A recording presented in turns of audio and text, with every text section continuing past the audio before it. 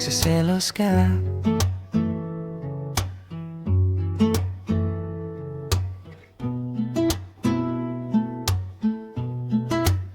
Ba't ako magsiselos?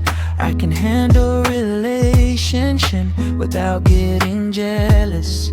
Like I am mature to understand you. Kahit kausapin mo pa, alayhat hindi ako magselos.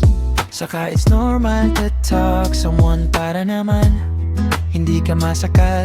Kung alam mo namang sa'yo na yung tao, wag ka na magselos. Kasi never ka naman ipagpapalit niyan kung loyal talaga siya sa'yo. Yes, hindi natin maiiwasan yung magselos, pero pagkatiwalaan din natin yung mga taong mahal natin na hindi tayo ipagpapalit sa iba, o hindi sila hahanap ng iba.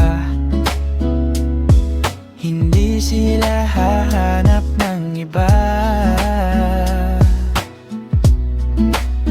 Hindi tinalaga required ng kunin ng password ng Facebook at iba pang social media accounts ng partner mo.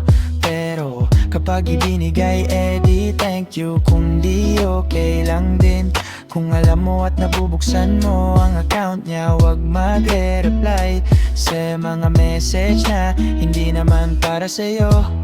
Kailangan matutunan nyo pa rin respeto ang privacy ng bawat isa. Trust your partner, hayaan mo siyang mabuhay sa huli.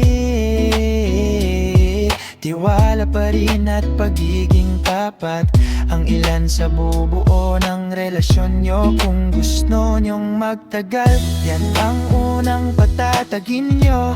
Huwag ka lang magsinungaling sa partner mo. Remember, lying loses trust.